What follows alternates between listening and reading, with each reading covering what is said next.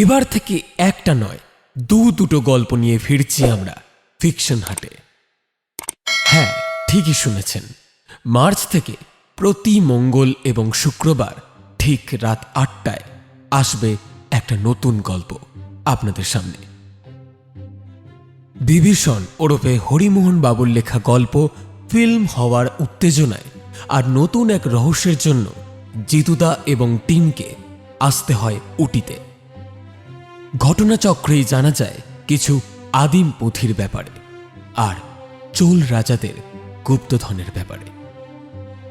কিন্তু যেখানেই হিরো সেখানেই ভিলেন। গাড়ি নিয়ে বেরোনোর পর দেখা যায় গাড়ির ব্রেক ফেল, ব্রেক কেউ কেটে দিয়ে গেছে। গাড়িতে উপস্থিত রামস্বামী, হরিমোহন, আমি তাপস এবং জিতুদা। এবার কি হবে? শুনতে থাকুন আমাদের আজকের নিবেদন বিচিত্র বীর্যের কলমে জিতুদা সিরিজের আদিম পুঁথি রহস্য অন্তিম পর্ব।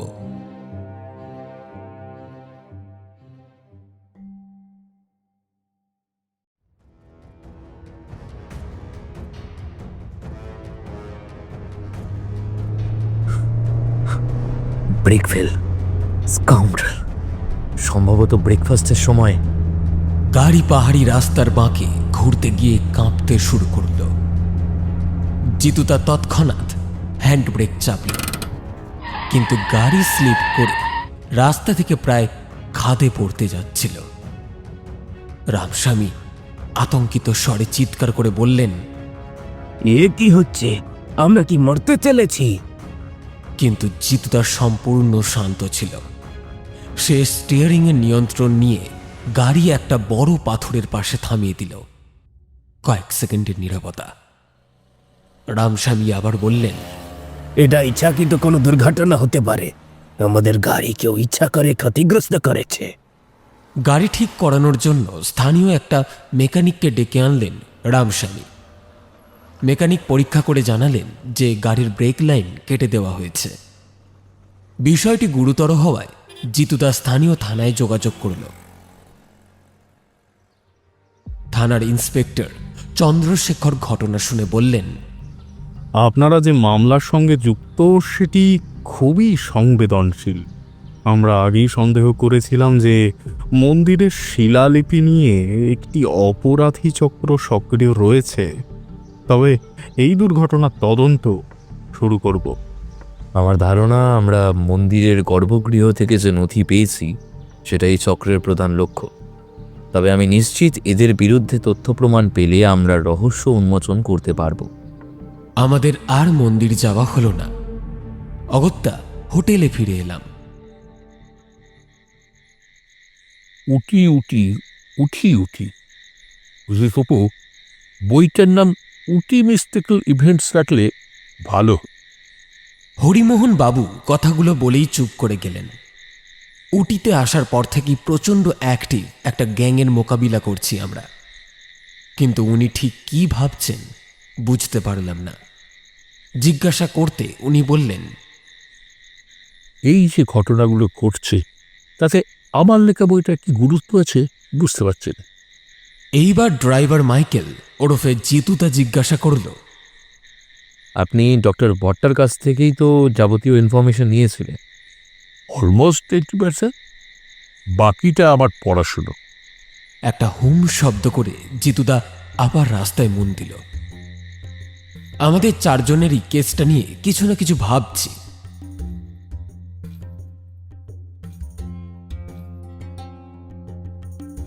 আবার সকাল, আবার উটির পাহাড়ি রাস্তা। হালকা ঠান্ডা হাওয়ায় কালকের ভয়ানক ব্রেক ফেলের ঘটনা মন থেকে মুছে গেছে। রামস্বামী ঘুমিয়ে পড়েছেন। তবে হরিমোহন বাবুর আউটফিট দেখে বোঝার উপায় নেই তিনি ইতিহাস পড়ান। ওনার হাবভাব দেখে মনে হচ্ছে ন্যাশনাল জিওগ্রাফিক চ্যানেল থেকে এসেছেন। আমরা মন্দিরের কাছেই একটি গ্রামে গেলাম। ওখানেই গুরুজি মুরুগেশন থাকেন। গ্রামের অধিকাংশ মানুষই শিক্ষিত, ভাঙা ভাঙা ইংরেজি জানে। গ্রামের দু একজনকে গুরুজির বাড়ির ঠিকানা জিজ্ঞাসা করতে হলো।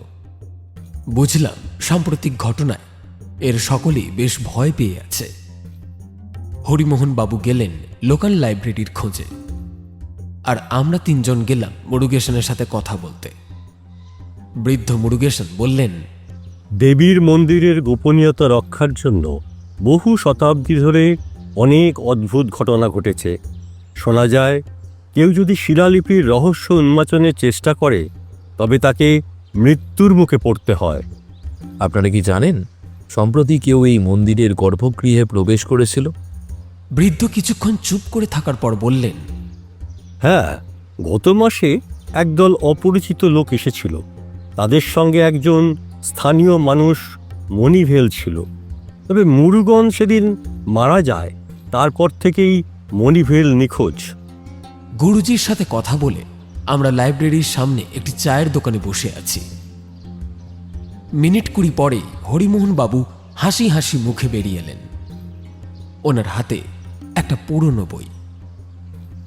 বইটা হাতে নিয়ে দেখলাম সেটা একটা প্রাচীন বই, যাতে মন্দিরের শিলালিপি এবং চোল সাম্রাজ্যের গুপ্তধনের সংক্ষিপ্ত বিবরণ ছিল।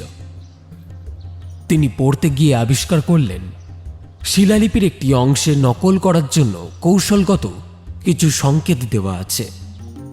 হরিমোহন বাবু বললেন, জিতুদা, শিলালিপি যদি কেউ নকল করে থাকে তবে সেটা শনাক্ত করা সম্ভব। আমাদের আরও পরীক্ষা নিরীক্ষা করতে হবে। জিতুদা, রামস্বামী এবং হরিমোহন বাবু আবার বসে আলোচনা করলেন। তাঁরা সিদ্ধান্ত নিলেন মন্দিরের গর্ভগৃহে একটি গুপ্ত তদন্ত চালানো হবে। শিলালিপি এবং পুঁথির রহস্যের সমাধান না হওয়া পর্যন্ত তাঁরা পিছু হটবেন না। হরিমোহন বাবু আকাশের দিকে একটা ঘুষি ছুঁড়ে বললেন, এটি শুধু একটা মামলা নয়, এটি ইতিহাস এবং সত্যের জন্য একটি যুদ্ধ। জিতুদা মাথা নেড়ে বলল, আমাদের পথ কঠিন, কিন্তু আমরা সফল হবই। স্যারের মতো জ্ঞানী মানুষ আর জিতুদার বুদ্ধি, সফল তো আমরা হবই, কিন্তু প্রশ্ন হলো কিভাবে। একদিকে শিলালিপি এবং গুপ্তধনের সন্ধান, অন্যদিকে সুশোভনের মামলার সমাধান। কিভাবে শিলালিপির আসল রহস্য উন্মোচন হবে আর কিভাবে সুশোভন নির্দোষ প্রমাণিত হবে, এইসব 7-5 ভাবছি। প্রশ্নটা এলো হরিমোহন বাবুর দিক থেকে। তবু কতগুলো ক্যারেক্টারের এন্ট্রি হলো আপাতত? ওই তো, সুশোভন সমাদ্দার, আর্ট কলেজের ছাত্র, বয়স 28, খুনের অভিযোগে গ্রেফতার। সত্যি না মিথ্যে তার তদন্ত করেছে জিতুদা। মণিভেল ভেঙ্কটেশ মন্দিরের কাছে একটি গ্রামে থাকে। সুশোভন আর তাকে ঘটনার দিন মন্দিরে দেখা গিয়েছিল। হরিমোহন বাবু বললেন, মন্দিরের সেবায়িতের কথা মতো মণিভেল গুরুজিকে থ্রেট করেছিল। Very good. তারপর? তারপর তারপর মুরুগেন আর কৃষ্ণমূর্তি। মুরগেন খুন হলো গুরুজিকে বাঁচাতে গিয়ে, আর গুরুজির সন্দেহ মণিভেল হাত মিলিয়েছে কৃষ্ণমূর্তির সঙ্গে। কথা এগোলো না, একটা ছেলে এসেছে। হরিমোহন বাবুকে তামিল ভাষায় কিছু বলল। উনি হাঁ করে সব শুনলেন, তারপর ঢোক গিলে রামস্বামীর দিকে তাকালেন। রামস্বামী বুঝিয়ে দিলেন লাইব্রেরি বন্ধ হবে, বইটা ফেরত চাইছে। হরিমোহন বাবু চলে গেলেন, সাথে রামস্বামী। বিকেলের সূর্যের আলো পড়েছে মন্দিরের চূড়ায়। এক মুহূর্তের জন্য ভুলে গেলাম খুন, গুপ্তধন, মামলা, শিলালিপি। পাখির ঝাঁক উড়ে যাচ্ছে মন্দিরের চূড়া ঘেঁষে। লাইব্রেরি থেকে মন্দিরের দূরত্ব খুব বেশি নয়। জিতুদাকে দেখলাম একটা রোল সিগারেট পাকিয়ে চূড়াটার দিকে তাকিয়ে ধোঁয়া ছাড়ছে। আমি জানি কিছু একটা ওর মাথায় ঘুরছে। আমি জিতুদার পাশে গিয়ে দাঁড়ালাম। বুঝলি তবু, যত রহস্য মন্দিরে আর বইয়ে লুকিয়ে আছে। লাইব্রেরির দিক থেকে একটা ছোট গন্ডগোলের আওয়াজ ভেসে এল। দৌড়ে গেলাম সেই দিকে। ঘরে ঢুকে দেখি বছর 30-এর একটি ছেলে মাটিতে পড়ে আছে। তার চোখের কোণাটা কালশিটে হয়ে আছে। পাশে একটা ছোট ছুরি। বেশ কিছু লোক ছেলেটার হাত পা বেঁধে ফেলার তোড়জোড় করছে। একটা চেয়ার দেখলাম এক পা ভেঙে পড়ে আছে। আর রামস্বামী পাশের একটা ঘরে বসে আছে, হাত থেকে রক্ত ঝরছে। ব্যথার চোটে ছেলেটা বলছে, ওই আইমা বালাজি,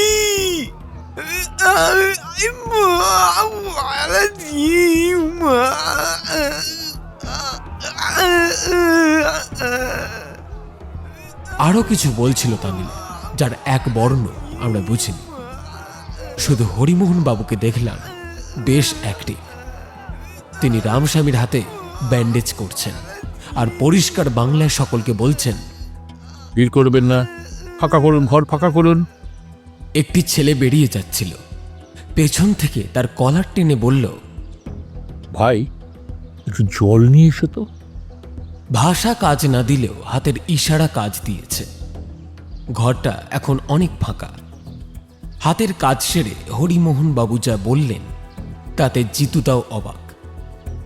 বুঝলেন জিতুবাবু, আমি তো বই জবা করে ইতিউতি ঘুরছি, ওই মানে নিচের লেখা বইটা আছে কিনা খুঁজছিলাম। রামস্বামী লাইব্রেরিয়ানের সাথে এসব কথা বলছিলেন, ওই ছেলেটি বসে পড়ছিল দেখেছিলাম। সে নাকি রামস্বামীকে টেকে নিয়ে যায় ওই র্যাকগুলোর পিছনে। একটা গোঙানির আওয়াজ কানে এলো, এ দেখি আরে পাশ, ছেলের হাতে ছুরি আর রামস্বামীর হাতে রক্ত। আমরা হাঁ করে ক্লাইম্যাক্সের অপেক্ষা করছি। হরিমোহন বাবু চোখ গোল গোল করে বলতে থাকলেন, আমাকে আসতে দেখে ব্যাটা ছেলে আমাকেই অ্যাটাক করে বসলো, ব্যাস আমিও দিলুম ছেড়ে। কি দিলেন স্যার? নাক টিপ করে স্কোয়ার কাট ঘুষি। নাকটা মিস করলাম, লাগলো গিয়ে চোখে, সপাটে পড়লো গিয়ে ওই দেয়ালটায়। তারপরেও ব্যাটা উঠে পালাতে গেল। হাতের কাছে ওই এক পা ভাঙার চেয়ারটা ছিল, মারলো ছুঁড়ে, সেটা গিয়ে লাগলো দেওয়ালে। এরকম বলিউডি ঘটনা শোনার পর সেট্রিজিন টাইপের কিছু খেতে ইচ্ছে করছিল, যাতে অ্যালার্জি না হয়। প্রায় ঘন্টা দুয়েক পরে পুলিশ অ্যাম্বুলেন্স নিয়ে আসে। হরিমোহন বাবুর সেবায় ছেলেটির জ্ঞান ফিরে এসেছে। তারপর থেকেই চুপ। ইন্সপেক্টর চন্দ্রশেখর ভাঙা মোবাইলের ছেলেটিকে নিয়ে থানায় নিয়ে চলে গেলেন। বলে গেলেন ডাটা রিট্রিভ করে জানাবেন। আমি আর হরিমোহন বাবু ফিরে এলাম হোটেলে। জিতুদা বলল একটা কাজ সেরে ফিরবে। স্যারের খুব ফুর্তি হয়েছে। একটু আগেই সেলেব্রাজের সাথে কথা হয়েছে। কাল মোলাকাত, পরশু টাকা, তারপর 3 ফিল্ম। জিজ্ঞাসা করে জেনেছিলাম সিনেমার নাম বীরায়ত্থম। গুগল থেকে ইংরেজি মানেটা বললাম, দি ওয়ারিয়ার্স বউ। বলেছিলেন, নামটা ঘ্যামা তো, বউ আছে মানে কেউ কেউ আছে। উনি যেন যুদ্ধ জয় করে ফেলেছেন। হোটেলে ফেরার পর থেকেই উনি গাইছেন, আমার ঘুষিতে চাদু আছে যে অনেক জাদু, ধরাশায়ী করেছে তোমায়, খাপ তুলতে এসো না আবার এখানে, খাপ তুলতে এসো না আবার। বিরক্ত লাগছিল। বললাম, আপনার বইটা দিন, ওটা পড়ি।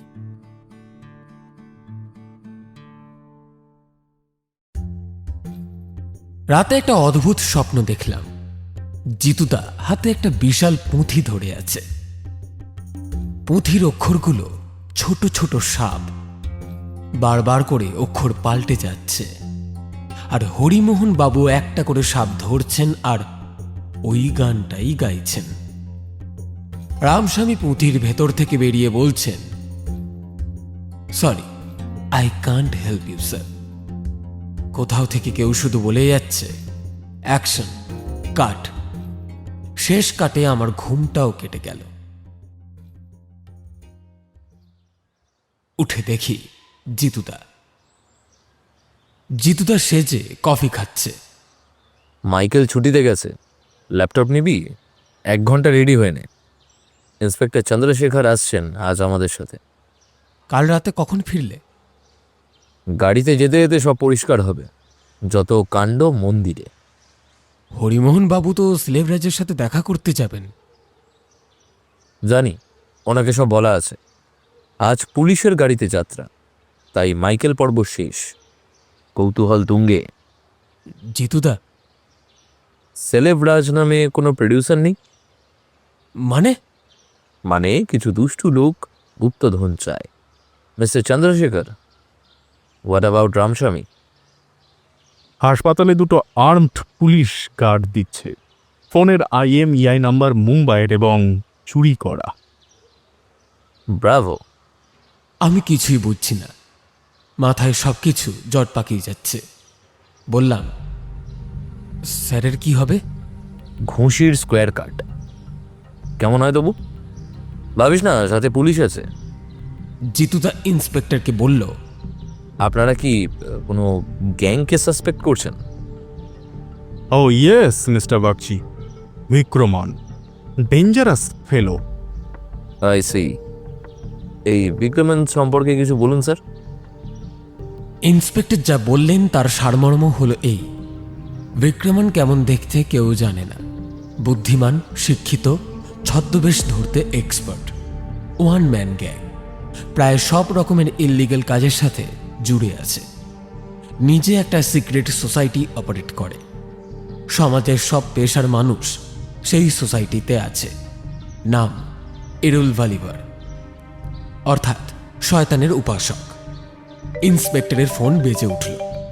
তিনি রিসিভ করে একটু আস্তে কথা বলছেন। তবু একটা এরকম সোসাইটির নাম বলতে পারিস? জিতুদার মাথায় এই সময় কুইজ চাপল। যাই হোক, উত্তর দিলাম, ইলুমিনাটি। ওদিকে ইন্সপেক্টর ফোন রাখে, জিতুদার দিকে হাসি মুখ করে তাকায়। জিতুদা আমার দিকে তাকিয়ে বলল, গুড। ইন্সপেক্টরের দিকে তাকিয়ে বলল, নিউজ? অফকোর্স স্যার, পুরো গ্যাং ধরা পড়েছে, but this one is different. এরা ফ্রড র্যাকেট চালায়। হরিবাবু সাংকেতিক কাজ করেছিলেন, ওনাকে পুরস্কার দেওয়া হবে। ওনারা কিছুক্ষণের মধ্যেই এসে পড়বে।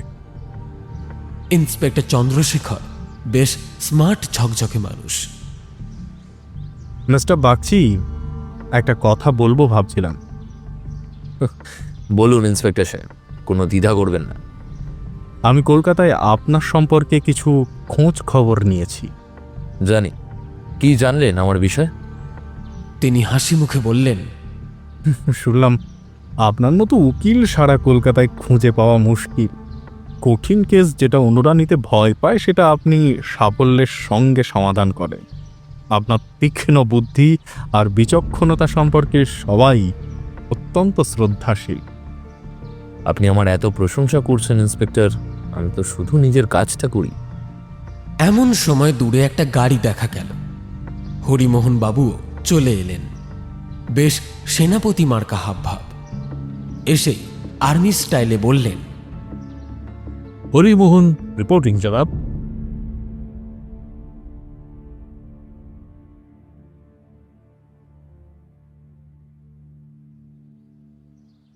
আমরা এখন গুরুজির বাড়ির সামনে দাঁড়িয়ে আছি।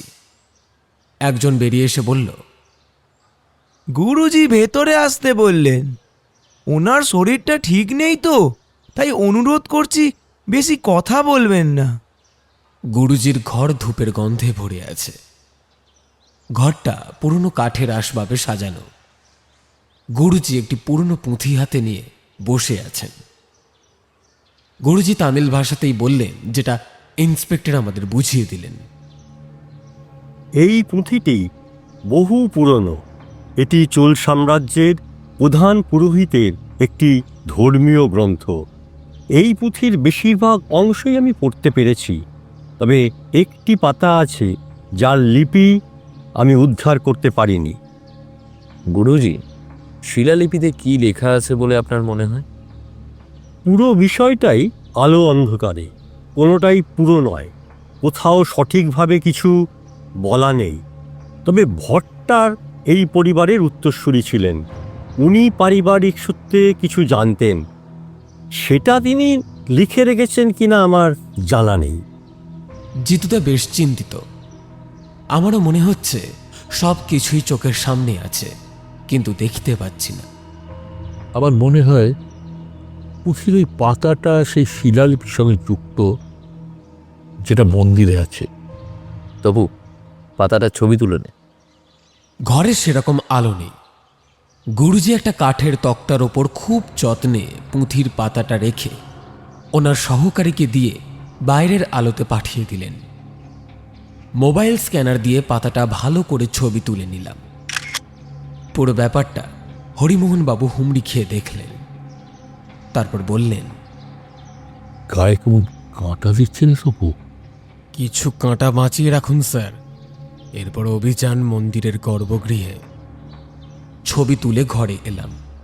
গুরুজি বললেন, তোমরা যদি শিলালিপি এবং পুঁথি বিশ্লেষণ করতে চাও তাহলে আমার অনুমতি আছে, তবে মনে রেখো, অভিশাপ থেকে বাঁচতে হলে দেবীর প্রতি শ্রদ্ধা রেখে কাজ করতে হবে। এই অভিশাপের বিষয়টা কি? ভেঙ্কটেশ চোল সাম্রাজ্যের প্রধান পুরোহিত ছিলেন। তিনি এই ধন সম্পদ দেবীর কাছে উৎসর্গ করতে চেয়েছিলেন, কিন্তু রাজা তা প্রত্যাখ্যান করেন। এতেই ক্রুব্ধ হয়ে ভেঙ্কটেশ অভিশাপ দেন যে এই ধন সম্পদ যে ব্যবহার করবে তার জীবন ধ্বংস হয়ে যাবে। গুরুজি, গুপ্তধনের ওপর আমাদের কোনো লোভ নেই। আমরা শুধু রহস্যের সমাধান করেই খুশি। আপনি আমাদের আশীর্বাদ করুন। গুরুজি তার শীর্ণ ডান হাতটা আমাদের উদ্দেশ্য করে তুলে বললেন, দেবতার আশীর্বাদ তোমাদের সাথে সব সময় থাকুক। তোমরা তোমাদের কাজেই সফল হও। জিতুদা গুরুজিকে প্রণাম করে বলল, আমাদের তবে মন্দিরের গর্ভগৃহে যাওয়ার আজ্ঞা দিন গুরুজি। আমরা গুরুজির বাড়ি থেকে বেরিয়ে এলাম। নকল প্রডিউসার সেলিব্রাজের দুঃখ হরিমোহন বাবুর মনে বারবার খোঁচা মারছে। বললেন, সিনেমা তৈরি হবে না সেই দুঃখটা থেকে যাচ্ছিল তবু। তবে এই উত্তেজনার কাছে সিনেমা তৈরির উত্তেজনা একদম নস্যি। মন্দিরের যত কাছে আমরা এগোচ্ছি ততই দেখছি রাস্তায় ভিড় ক্রমশ বাড়ছে। কাছে যেতেই দেখি মন্দিরের সামনে বিশাল ভিড় জমে গেছে। গ্রামের লোকেরা নানান প্রতিক্রিয়া জানাচ্ছিলেন। কেউ বলছিলেন গুপ্তধনের জন্য মন্দিরের পবিত্রতা নষ্ট করা যাবে না। কেউ আবার চিৎকার করে বলছিলেন, আমাদের বিশ্বাস ভেঙে দেবে, এ কাজ বন্ধ করো। পুলিশের কয়েকজন কনস্টেবল ভিড় সামলাতে চেষ্টা করছিলেন। ইন্সপেক্টর চন্দ্রশেখর সবার সামনে দাঁড়িয়ে মাইক্রোফোন হাতে নিয়ে বললেন, গ্রামবাসী ভাই এবং বোনেরা, দয়া করে শান্ত হন। আমরা মন্দিরের কোনো ক্ষতি করতে আসিনি, বরং প্রাচীন শিলালিপি এবং গুপ্তধনের রহস্য উন্মোচন করে ইতিহাসকে সংরক্ষণ করতে চাইছি। এটা আপনার সংস্কৃতি এবং ভবিষ্যতের জন্যই করা হচ্ছে। চন্দ্রশেখর প্রায় 4 মিনিট ধরে বিস্তারিতভাবে বুঝিয়ে বললেন, আমাদের উদ্দেশ্য পবিত্র মন্দিরের গঠন বা বিশ্বাসে আঘাত করা নয়। আমরা গুরুজির আদেশ অনুসরণ করে কাজ করছি। এই কাজ সম্পন্ন হলে মন্দিরের মর্যাদা আরো বাড়বে। তবুও গ্রামবাসীরা সহজে মানতে নারাজ। একজন প্রবীণ গ্রামবাসী রেগে বললেন, গুরুজি যদি নিজে এসে না বলেন, আমরা আপনাদের অনুমতি দেব না। দেবীর পবিত্র মন্দিরে বাইরের লোকের প্রবেশ আমরা বরদাস্ত করব না। আপনারা এই মন্দিরের পবিত্রতা নষ্ট করছেন। এখানে অভিশাপ লেগে আছে, কেউ এটা সহ্য করবে না। জিতুদা চন্দ্রশেখরের দিকে তাকিয়ে বলল, এটা পরিষ্কার যে বিক্রমন ইচ্ছে করেই এই ভিড় তৈরি করেছে। সে চায় আমরা এখানে আটকে থাকি এবং তার লোকেরা অন্য কোথাও কাজ শেষ করে ফেলুক। ঠিক তখনই গুরুজি নিজে মন্দিরে উপস্থিত হলেন। তিনি ধীর পায়ে ভিড়ের মধ্যে গিয়ে সবার সামনে দাঁড়ালেন। তার উপস্থিতির সঙ্গে সঙ্গে সবার মধ্যে একটি অদ্ভুত শান্তি ছড়িয়ে দিল। হরিমোহন বাবু আমাকে একটা চিমটি কেটে বললেন, বুঝলি তপু, মনে হচ্ছে উত্তম কুমারের সন্ন্যাসী রাজা দেখছি।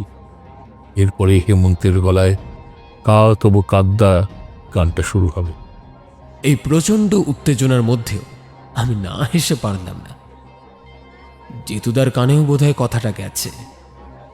দেখি সেও মুচকি হাসছে। তোমরা কোনো চিন্তা করো না, এই মানুষগুলো দেবীর আশীর্বাদে এখানে এসেছেন। দেবতাই ওনাদের এখানে পাঠিয়েছেন। এরা মন্দিরের কোনো ক্ষতি করবে না, বরং মন্দিরকে আরও গৌরবান্বিত করবে। গ্রামবাসীরা গুরুজির কথা শুনে ধীরে ধীরে শান্ত হয়ে গেলেন। গুরুজি যদি বলেন তাহলে আমরা রাজি। মন্দিরের গেট খুলে দেওয়া হলো। গুরুজি, হরিমোহন, জিতুদা, ইন্সপেক্টর চন্দ্রশেখর আর আমি একসঙ্গে মন্দিরের গর্ভগৃহে প্রবেশ করলাম। গর্ভগৃহে প্রবেশ করতেই এক অদ্ভুত অনুভূতি সবার মধ্যে ছড়িয়ে পড়ল। গুরুজি গভীর গলায় বললেন, এই মন্দিরে দেবীর শক্তি বিরাজমান। তোমরা যা দেখবে তা তোমাদের জীবন বদলে দিতে পারে। সত্যিকারের নিষ্ঠা নিয়ে কাজ করবে, তাহলেই দেবী তোমাদের পথ দেখাবেন। হরিমোহন বাবু চারদিকে তাকিয়ে বললেন, শিলালেপ সম্ভবত এখানেই কোথাও লুকোনো আছে। আমাদের দ্রুত খুঁজে বের করতে হবে, কারণ আমাদের প্রতিটি মুহূর্ত গুরুত্বপূর্ণ। আমরা শুরু করি, আর সতর্ক থাকুন। এই মন্দিরের প্রতিটি অংশেই রহস্য লুকিয়ে থাকতে পারে। তাঁরা ধীরে ধীরে মন্দিরের গর্ভগৃহের প্রতিটি কোণ খুঁজতে লাগলেন। গুরুজি মন্দিরের বিগ্রহের সামনে বসে পুজো শুরু করলেন। এই অভিযানে আরও যে কত নতুন রহস্য এবং বিপদ অপেক্ষা করছে তা জানা নেই, কিন্তু আমাদের সাহস এবং নিষ্ঠা অবিচল ছিল। হরিমোহন বাবুর মধ্যে আধ্যাত্মিকতার উন্মেষ ঘটেছে। মন্দিরের প্রবেশদ্বার পেরোনোর পর মাঝে মাঝেই বলছেন, অদ্ভুত অনুভূতি হচ্ছে, যেন শত শত বছর ধরে জমে থাকা ইতিহাসের নিঃশ্বাস এখনো এখানে জমে আছে প্রতিটা পাথরে। গর্ভগৃহটি ছিল সম্পূর্ণ অন্ধকারাচ্ছন্ন। শুধু এক কোণে কয়েকটি তেল প্রদীপ জ্বলছিল, যার মৃদু আলোয় চারপাশে স্থাপত্যের রহস্যময় সৌন্দর্য ফুটে উঠছিল। এই কক্ষটি চোল সাম্রাজ্যের রাজারা তৈরি করেছিলেন, যেখানে দেবীর মূল বিগ্রহ স্থাপিত আছে। হরিমোহনবাবু বলেছিলেন গর্ভগৃহের একটি বর্ণনা দিতে। গর্ভগৃহের চারপাশের দেওয়ালে জটিল নকশা ও মূর্তি খোদাই করা ছিল। মহিষাসুর মর্দিনী, নটরাজ এবং বিভিন্ন পৌরাণিক দৃশ্য ফুটিয়ে তোলা হয়েছিল কালো পাথরের ওপর। প্রতিটি খোদাই যেন একটি করে গল্প বলছে। হরিমোহন বাবু আশ্চর্য হয়ে বললেন, অবিশ্বাস, এই খোদাইগুলো চোল রাজাদের সময়কার। এটি শুধু ধর্মীয় স্থান নয়, এটি এক ঐতিহাসিক শিল্পের নিদর্শন। মন্দিরের পশ্চিম দিকের দেওয়ালে এক সারি শিলালিপি খোদাই করা ছিল। এগুলি বহু পুরনো তামিল ও সংস্কৃত লিপিতে লেখা। জিতুদার সামনে এগিয়ে গিয়ে বলল, এই শিলালিপিগুলোর মধ্যেই গুপ্তধনের এবং দেবী শক্তির রহস্য লুকিয়ে আছে। জিতুদা এগিয়ে এসে প্রদীপের আলোয় শিলালিপিগুলি গভীরভাবে পর্যবেক্ষণ করল। আমাদের এগুলো ছবি তুলতে হবে, যাতে আমরা পরবর্তীতে বিশ্লেষণ করতে পারি। ইন্সপেক্টর চন্দ্রশেখর তাঁর টর্চ বের করলেন এবং আলো ফেলে শিলালিপিগুলো পরিষ্কারভাবে দেখানোর চেষ্টা করলেন। আমি মোবাইলে ক্যামেরা বের করলাম, কিন্তু আলো কম থাকায় ছবি স্পষ্ট আসছিল না। হরিমোহনবাবু বললেন, এই অন্ধকারে ছবি ভালোভাবে আসবে না, আমাদের তেল প্রদীপগুলো একত্রিত করে আলো বাড়াতে হবে। সবাই মন্দিরে বিভিন্ন কোণে রাখা প্রদীপ একত্রিত করে এক জায়গায় রাখলাম, যাতে আরো উজ্জ্বল আলো হয়। এবার আমি ছবি তুলতে শুরু করলাম। এই শিলালিপিগুলো খুবই সূক্ষ্ম খোদাই করা। হয়তো কিছু লুকোনো সংকেত রয়েছে যা খালি চোখে বোঝা যাবে না। পরে ছবিগুলো বিশ্লেষণ করলে হয়তো কিছু বেরিয়ে আসবে। হঠাৎ একটা অদ্ভুত ঘটনা ঘটল।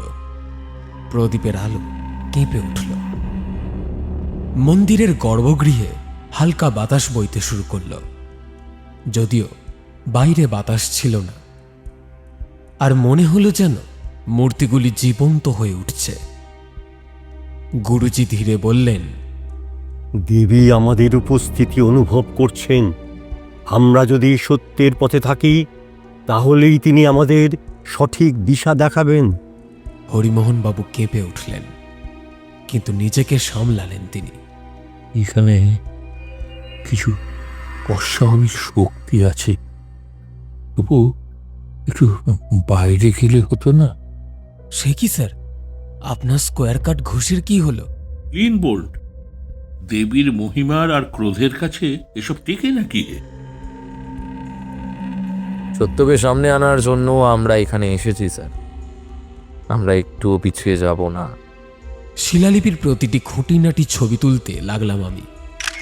মনে হচ্ছিল এই শিলালিপিগুলির মধ্যেই লুকিয়ে আছে শতাব্দী প্রাচীন রহস্যের চাবিকাঠি।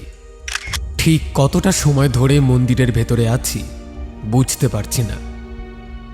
পরে হরিমোহন বাবু বিষয়টাকে টাইম মেশিনের চেপে অতীত যাত্রার সাথে তুলনা করেছিলেন। গুরুজির গম্ভীর স্বরে বলে উঠলেন, তোমার যেমন ইচ্ছা মা। কথাটা বলেই তিনি মূর্তির বেদির কাছে জমে থাকা ফুল পাতা সরিয়ে দিলেন। জল দিয়ে ভালো করে ধুলেন বেদিটা। দেবী কারি আম্মানের পায়ের কাছের বেদিতে আর একটা শিলালিপি। চন্দ্রশেখরকে বললেন, এখানে আলো নিয়ে এসো। প্রদীপের আলোয় গুরুজির ভাব গম্ভীর স্বরে জোরে জোরে লিপি পড়লেন। হরিমোহন বাবু আমার জামার কলার খামচে ধরলেন। চন্দ্রশেখর লিপির অর্থ ইংরেজিতে বুঝিয়ে দিচ্ছেন জিতুদাকে, যার একটা অংশ খুব ইন্টারেস্টিং। মানেটা এই রকম: 3 হাতের আশীর্বাদ, ভক্তের ভগবান, প্রণাম করে পাও সন্ধান। পড়া শেষ হল, বাকিটা দেবতা স্তুতি। শিলালিপির ছবি তোলা হলো। আমরা মন্দির থেকে বেরিয়ে এলাম। মন্দির চত্বরে সবাই বসে আছি। বেলা প্রায় 12টা। চারিদিক আলোয় ঝলমল করছে, পাখিরা কিচিরমিচির করছে, বাতাসে ধূপের গন্ধ ভাসছে। তবুও একটা গুমোট ভাব। জিতুদা নিজের মনেই বলল, এই নীরবতা বেশ অস্বস্তিকর। হরিমোহন বাবু পাথরের উপর মাথা নিচু করে বসে আছেন। তার মুখে হতাশার ছাপ স্পষ্ট। চোখের সামনে এত রহস্য উন্মোচিত হচ্ছে, অথচ তিনি কোথাও না কোথাও আটকে যাচ্ছেন। আমি উঠে গিয়ে পাশের কুয়ো থেকে 1 বোতল জল নিয়ে এলাম। হরিমোহন বাবুর দিকে এগিয়ে দিলাম, কিন্তু তিনি কোনো উৎসাহ দেখালেন না। বোতলটা হাতে নিলেন এবং নিয়ে বসে রইলেন। স্যার, এ নিন, একটু জল খান। তবু কিছুই হলো না। তদন্ত হলো না, আমার ফিল্ম হলো না, উঠি বেড়ানো হলো না, সুশোভন ছাড়া পেল না। জিতুদা নীরবতা ভাঙল না, শুধু গভীরভাবে চারপাশ পর্যবেক্ষণ করল। কেউ কিছু বলছে না, যেন প্রত্যেকেই নিজের মতো করে চিন্তায় ডুবে আছে। গুরুজি একবার তাঁদের দিকে তাকিয়ে বললেন, একটা যুদ্ধে সবসময় জয় পাওয়া যায় না, তবে তার মানে এই নয় যে আমরা পরাজিত হয়েছি। কিন্তু হরিমোহন বাবু কিছু বললেন না। তিনি শুধু শূন্য দৃষ্টিতে মন্দিরের চূড়ার দিকে তাকিয়ে রইলেন। জিতুদা হঠাৎ উঠে গিয়ে গুরুজির সামনে গিয়ে বসল। চন্দ্রশেখর কাছেই বসেছিল। জিতুদা গুরুজিকে প্রণাম করে জিজ্ঞেস করল, গুরুজি, আপনার কাছে যে পুঁথির টুকরোটা আছে তাতে ঠিক কি লেখা আছে? ওখানে তো দেবী কারি আম্মানের শক্তি ও আশীর্বাদের কথা লেখা আছে। ভালো করে মনে করে দেখুন তো ঠিক কি কি লাইন লেখা আছে। মোটে তো 6টা লাইন, আমি বহুবার পড়েছি। পুঁথি লেখা আছে কারি আম্মানের শক্তি ও আশীর্বাদের কথা। দেবীর মুকুটে সূর্যের রেখা, অন্ধকার কাটে আসে আলোর দেখা। শক্তির আগুন ক্রোধে দহন, অন্যায়ের শেষে ন্যায়ের সৃজন। ভক্তের ডাকে আশীর্বাদ আসে, দেবী জাগেন হৃদয়ের পাশে। জিতুদা বার কয়েক নিজের মনেই বলল, দেবীর মুকুটে সূর্যের রেখা। তারপরে গুরুজিকে জিজ্ঞাসা করল, আচ্ছা গুরুজি, মন্দিরের বাইরে থেকে ভিতরে সূর্যের আলো যাবার কোনো গর্ত আছে? সে কথা তো আমার জানা নেই, তবে থাকতে পারে, কারণ সেই সময় মন্দিরের গঠন হতো এমনই যাতে দিনের বিভিন্ন সময় সূর্যের আলো মন্দিরে প্রবেশ করতে পারে। জিতুদার মুখে এক চিলতে হাসির রেখা দেখা গেল। Thank you sir. Mister Chandrashekhar, একটা কাজ করতে পারেন? বলুন স্যার, কি করতে হবে? সেরকম কিছু না, মন্দিরের চূড়োর ওই অংশটায় ওঠার একটা ব্যবস্থা করতে হবে।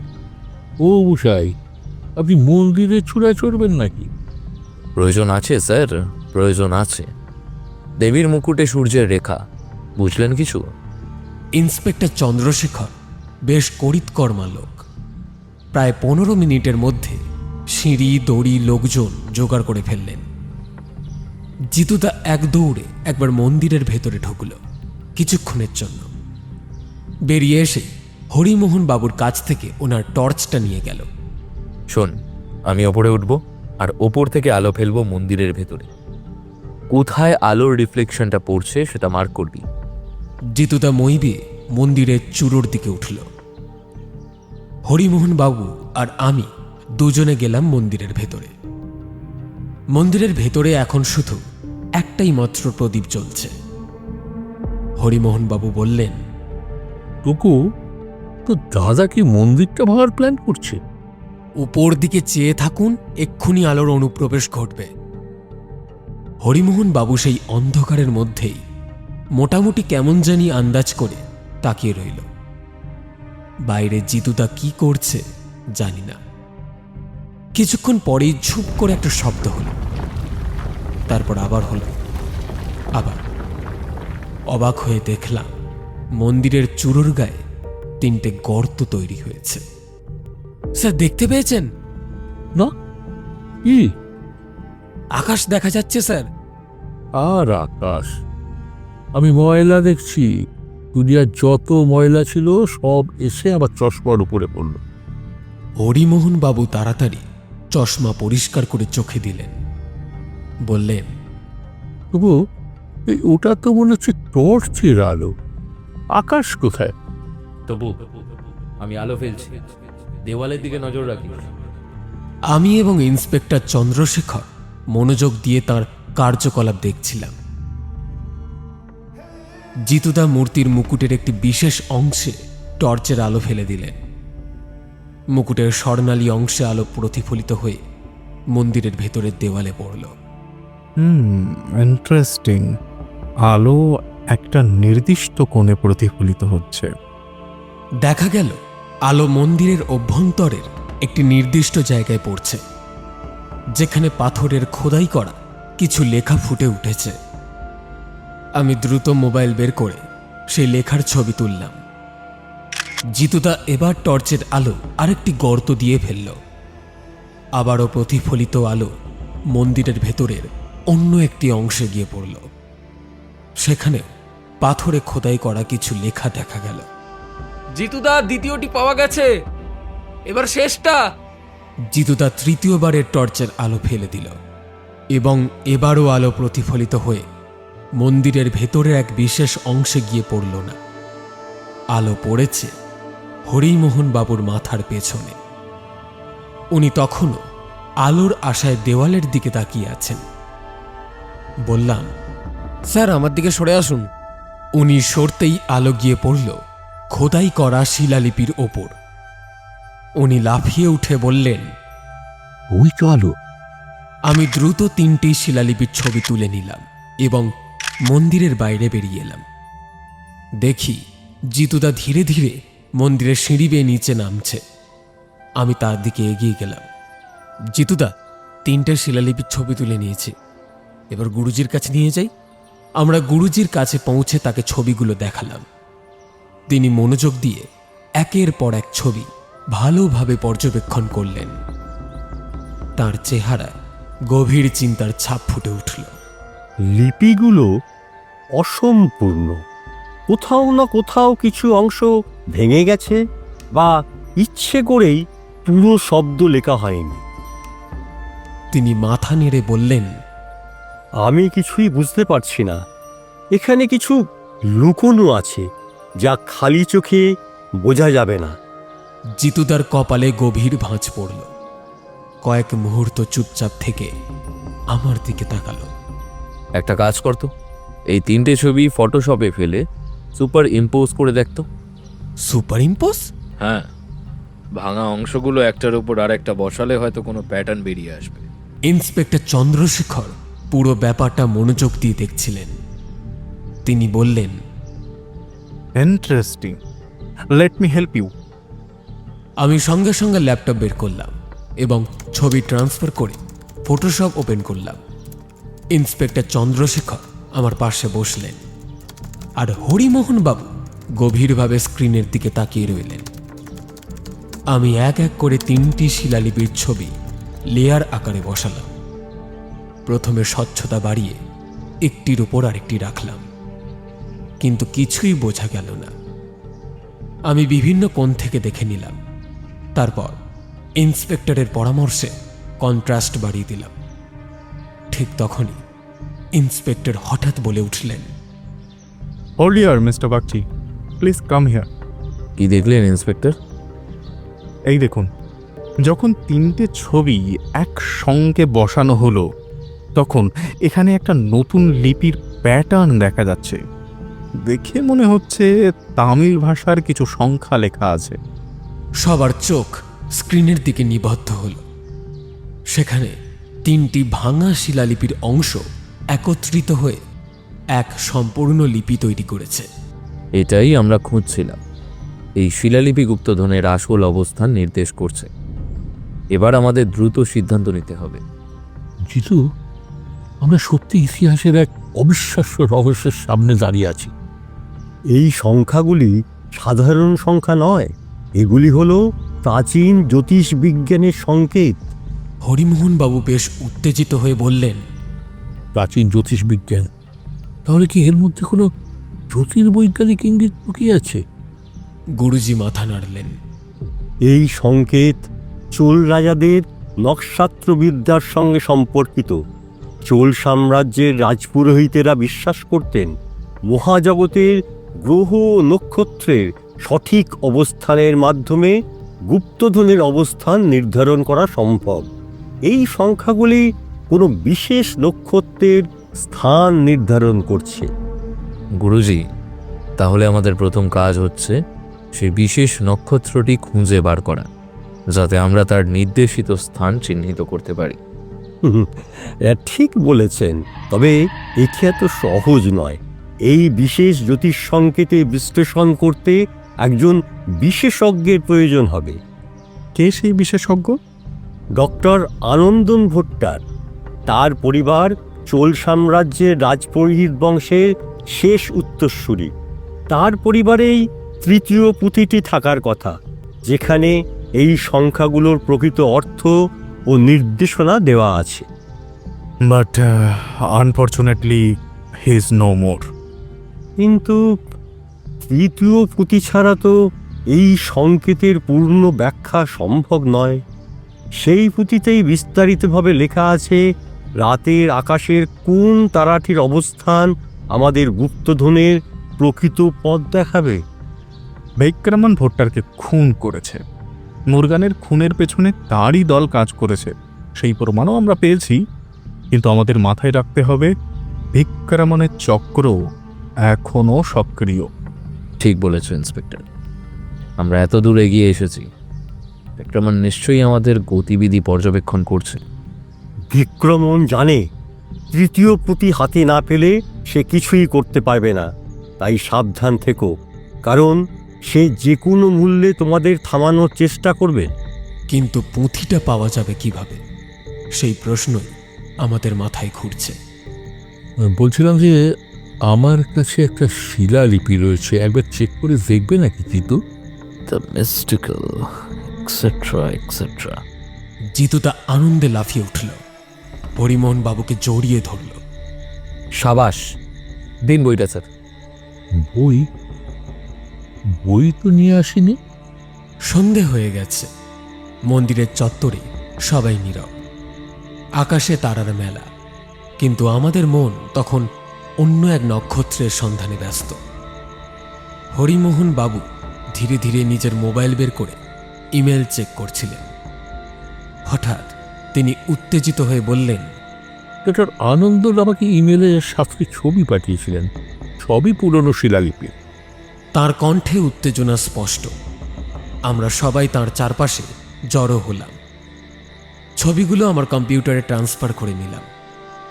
ইন্সপেক্টর চন্দ্রশেখর ছবিগুলো এক এক করে বড় করে দেখালেন। গুরুজিও ছবিগুলো মনোযোগ দিয়ে পর্যবেক্ষণ করতে লাগলেন। প্রাচীন তামিল লিপিতে লেখা অসংখ্য সংকেত, কিছু খোদাই করা ছবি, সব মিলিয়ে এক জটিল রহস্য। হঠাৎই হরিমোহন বাবু এক ছবির দিকে তাকিয়ে চমকে উঠলেন। শ্বাসরুদ্ধ কণ্ঠে বললেন, দেখুন, এই ছবিটার সাথে লেখা আছে এই পুঁথিটা আমাদের পরিবারে। আমাদের সকলের চোখ বিস্ময়ে বড় হয়ে গেল। জিতুদা গভীর কণ্ঠে বলল, তাহলে এটি তৃতীয় পুঁথি। গুরুজি ছবিটা হাতে নিয়ে গভীর মনোযোগ দিয়ে দেখলেন। তার চোখে বিস্ময় এবং কৌতূহল একসঙ্গে খেলা করছিল। তিনি ধীরে ধীরে বললেন, হ্যাঁ, এটাই সেই তৃতীয় পুঁথি। চোল সাম্রাজ্যের শেষ রাজপুরোহিতের হাতে লেখা। গুরুজি, এর মধ্যে কি লেখা আছে? গুরুজি এক দৃষ্টিতে ছবিটি দেখতে লাগলেন। প্রাচীন লিপি পড়তে তাঁর যে দক্ষতা ছিল তা এক নজরই বোঝা যাচ্ছে। এই লিপি অনুযায়ী আমাদের যে সংখ্যাগুলো পাওয়া গিয়েছিল সেগুলো আসলে রাতের আকাশের একটি নির্দিষ্ট নক্ষত্রের অবস্থান নির্দেশ করছে। তিনি আঙুল দিয়ে ছবির নির্দিষ্ট একটি অংশ দেখিয়ে বললেন, এখানে লেখা আছে, যেখানে দেবীর চোখ পড়ে সেখানেই সত্য লুকানো। এর অর্থ, নির্দিষ্ট সময়ে রাতের আকাশে যে নক্ষত্রটি জ্বলজ্বল করবে সেটি আমাদের সঠিক দিক নির্দেশ করবে। অর্থাৎ আমাদের সেই নির্দিষ্ট নক্ষত্রের অবস্থান জানতে হবে। ঠিক তাই, এই নক্ষত্র চোল রাজাদের জন্য পবিত্র ছিল, আর সেটি গুপ্তধনের প্রকৃত পথ দেখাবে। গুরুজি শিলালিপির পাঠোদ্ধার করা সংখ্যাগুলোর দিকে এক দৃষ্টিতে তাকিয়েছিলেন। তোমরা কি জানো, রাতের আকাশে একটি নক্ষত্র আছে যা কখনো তার অবস্থান পরিবর্তন করে না? আপনি কি ধ্রুব তারা বা পোলারিসের কথা বলছেন? ঠিক তাই, ধ্রুবতারা। ধ্রুবতারা স্থির থাকে এবং যুগ যুগ ধরে এটি দিক নির্দেশনার জন্য ব্যবহৃত হয়ে আসছে। এই সংখ্যাগুলো আসলে সেই নক্ষত্রের সঙ্গে সম্পর্কিত। কিন্তু এটি গুপ্তধনের সঙ্গে কিভাবে যুক্ত? গুরুজি তখন শিলালিপির সংকেত বোঝাতে লাগলেন। গুরুজি শিলালিপির সংখ্যা ও চোল সাম্রাজ্যের জ্যোতির্বিজ্ঞান নিয়ে বিস্তারিতভাবে বললেন। এই সংকেত অনুযায়ী গুপ্তধনের অবস্থান নির্ধারণ করতে হলে আমাদের ধ্রুবতারাকে একটা নির্দিষ্ট কোণ থেকে পর্যবেক্ষণ করতে হবে। সংকেত বলা হয়েছে, মাটি থেকে একটি নির্দিষ্ট ডিগ্রিতে মন্দিরের চূড়াকে মাঝখানে রেখে ধ্রুব তারাকে দেখতে হবে। ঠিক সেই কোণ থেকে দেখলে মনে হবে যেন দেবীর তৃতীয় চক্ষু উদ্ভাসিত হয়েছে। চোল রাজারা দেবীকে ত্রিনয়নী রূপে কল্পনা করে এই সংকেত তৈরি করেছিলেন। দেবীর মূর্তির চোখ আর ধ্রুব তারা যদি একই সরলরেখায় পড়ে, তাহলে সেই কোণ থেকে গুপ্তধনের আসল অবস্থান বোঝা যাবে। অসাধারণ! তাহলে আমাদের এখন সেই সঠিক ডিগ্রি নির্ধারণ করতে হবে। জিতুদা ক্যালকুলেশন শুরু করল। সংকেত অনুসারে এই ডিগ্রি নির্ধারণ করতে হলে আমাদের মন্দিরের ভিত্তি থেকে একটি নির্দিষ্ট উচ্চতা পর্যন্ত উঠতে হবে। সে একটা কাগজে হিসাব করে বলল, আমাদের 37 ডিগ্রি কোণ থেকে মন্দিরের চূড়ার দিকে তাকিয়ে ধ্রুব তারাকে পর্যবেক্ষণ করতে হবে। এই নির্দিষ্ট কোণ থেকে তাকালে যে স্থানে দ্বিতীয় তৃতীয় চক্ষুর প্রতিফলন হবে সেখানে গুপ্তধন লুকিয়ে আছে।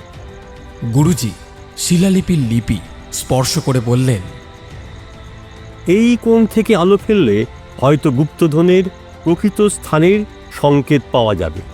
তাহলে আমরা এখনই মন্দিরের সামনে গিয়ে পরীক্ষা করি। আমরা সবাই মন্দিরের সামনে এসে দাঁড়ালাম। রাতের আকাশে ধ্রুবতারা স্থিরভাবে জ্বলজ্বল করছে। জিতুদা সংকেত অনুসারে সঠিক জায়গা চিহ্নিত করল এবং মন্দিরের চূড়ার দিকে নির্দেশ করল। সেখানে একটি নির্দিষ্ট পাথরে একটি সূক্ষ্ম খোদাই ছিল, যা সাধারণ চোখে ধরা পড়ার কথা নয়। এই পাথরটাই কি গুপ্তধনের চাবিকাঠি? চারপাশ নিস্তব্ধ, বাতাস থমকে আছে। মন্দিরের চূড়ার ছায়ায় দাঁড়িয়ে আমরা সবাই অপেক্ষা করছি সাম্প্রতিক ইতিহাসের সবচেয়ে গুরুত্বপূর্ণ মুহূর্তের জন্য। আমরা সবাই নিঃশব্দে প্রতিটি পদক্ষেপ দেখছিলাম। পাথরের উপর খোদাই করা ত্রিশূল, চক্র এবং চোখ, তিনটি চিহ্ন একসঙ্গে ছিল, যা দেবীর শক্তির প্রতীক। জিতুদা, এটা কোনো লকিং মেকানিজম বলে মনে হচ্ছে। জিতুদা এক দৃষ্টে তাকিয়ে আছে, বলল, তাহলে সংকেতের হিসাব অনুযায়ী দেবীর তৃতীয় চক্ষুর রেখার দিকে সমানভাবে রাখতে হবে।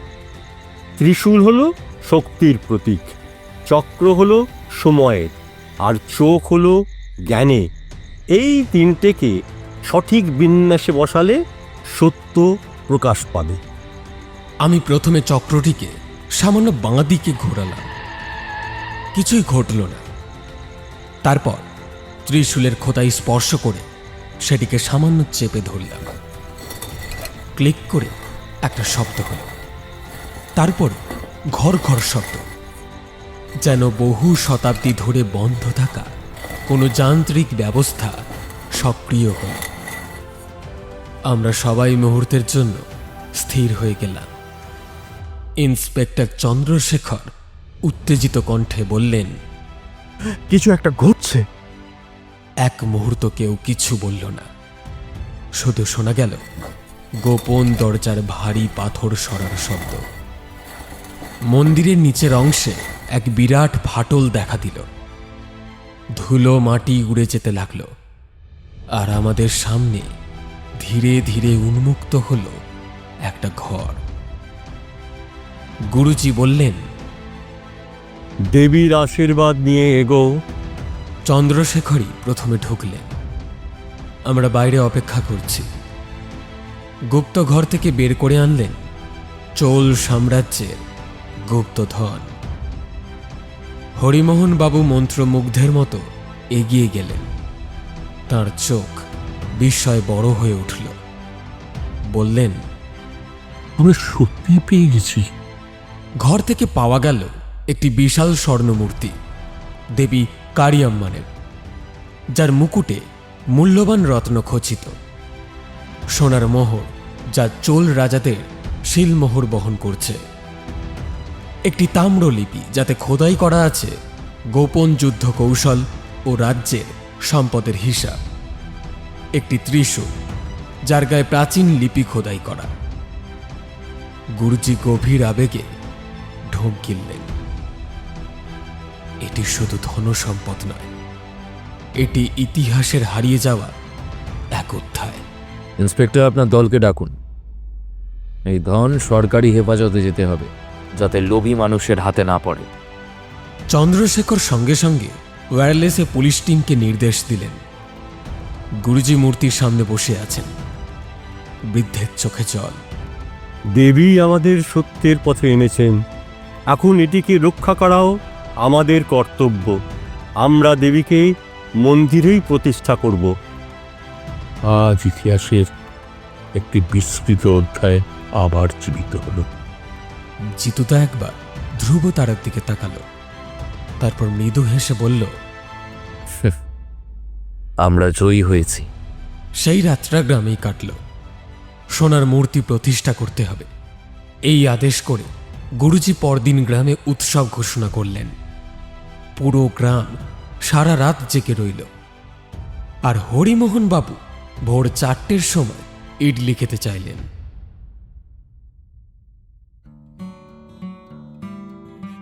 পরের দিন পুরো গ্রাম উৎসবে মেতে উঠল। মন্দির প্রাঙ্গণ আলোকসজ্জায় সেজে উঠেছে, ঢাকের বাদ্যি বাজছে, আর চারপাশে উচ্ছ্বাসের জোয়ার। এই ঐতিহাসিক আবিষ্কারকে কেন্দ্র করে আমন্ত্রিতদের তালিকাও ছিল বেশ লম্বা। মন্ত্রী, আমলা, বিশিষ্ট গবেষক, সিনেমা জগতের তারকা, এমনকি বিদেশি ইতিহাসবিদরাও উপস্থিত ছিলেন। উৎসবের মধ্যেই ইন্সপেক্টর চন্দ্রশেখর হরিমোহন বাবুর সঙ্গে এক বিশিষ্ট তামিল চলচ্চিত্র অভিনেতার পরিচয় করিয়ে দিলেন। প্রফেসর, আপনার সঙ্গে পরিচয় করিয়ে দিই। দক্ষিণ ভারতের সুপারস্টার শ্রীধরন। ইনি আপনার লেখা কুমিরের কান্নার সিম্পোসিস শুনে খুব আগ্রহী। শ্রীধরন উচ্ছ্বাসের সঙ্গে বললেন, अय्यो हरी बाबू अय्यो, ये आपका जो ये कहानी है ना वो एकदम से पेंटाबुलर से एकदम मसालादार है। मैं क्या कह रहा था कि आपका ये जो कहानी है इसके ऊपर मैं एक फिल्म बनाना चाहता है। हाँ, एकदम साउथ के माफिक धुआंधार मसालेदार। मैं उसके लिए पूरी तरह से रेडी हूँ सर जी, एकदम रेडी। এটা দারুণ খবর। জয় মা কারুরাম্মা। এই আনন্দে ওনাকে আর বললাম না দেবীর নাম কারুর আম্মান। গুরুজি সরকারি নিয়ম মেনে গুপ্তধনের ব্যাপারে আপিল করলেন এবং তার সঙ্গে সুশোভন নামের নির্দোষ ছেলেটির মুক্তির জন্যেও আবেদন জানালেন। সুশোভন কোনো অপরাধী নয়, সে কেবল পরিস্থিতির শিকার। প্রশাসনকে অনুরোধ করছি যেন তাকে মুক্তি দেওয়া হয়। ইন্সপেক্টর চন্দ্রশেখর মাথা নেড়ে বললেন, আপনার কথা আমি পুরোপুরি সমর্থন করি গুরুজি। আমরা যথাযথ ব্যবস্থা নিচ্ছি, খুব তাড়াতাড়ি সুশোভন মুক্তি পাবে। ইন্সপেক্টর একটি ফোন কল পান। তিনি এসে একটি অদ্ভুত কথা বলেন। হাসপাতাল থেকে রামস্বামী নিখোঁজ, উৎসবের আলো, নতুন সিনেমার ঘোষণা এবং ন্যায় বিচারের প্রতিশ্রুতি, সব মিলিয়ে এই দিনটি ছিল সত্য ও ন্যায়ের বিজয়ের দিন। জিতুদা হাসি মুখে বলল, রামস্বামী ইকুয়ালস টু বিক্রমন। একটা রহস্যের পর্দা উঠেছে, কিন্তু মনে হচ্ছে নতুন গল্পের শুরু হতে চলেছে। দুপুরে আমরা সাউথ ইন্ডিয়ান খাবার খাচ্ছিলাম। আমি হরিমোহন বাবুকে জিজ্ঞাসা করলাম, তাহলে স্যার সবই তো হলো, উটিও ঘুরে নেব, আর কিছু মিস করছেন? উনি একটা গোংড়া মাটনের টুকরো মুখে পুড়ে বললেন, মাছের মাথা দিয়ে ডাল ভাত আর ঝুরঝুরে আলু ভাজার এফেক্ট।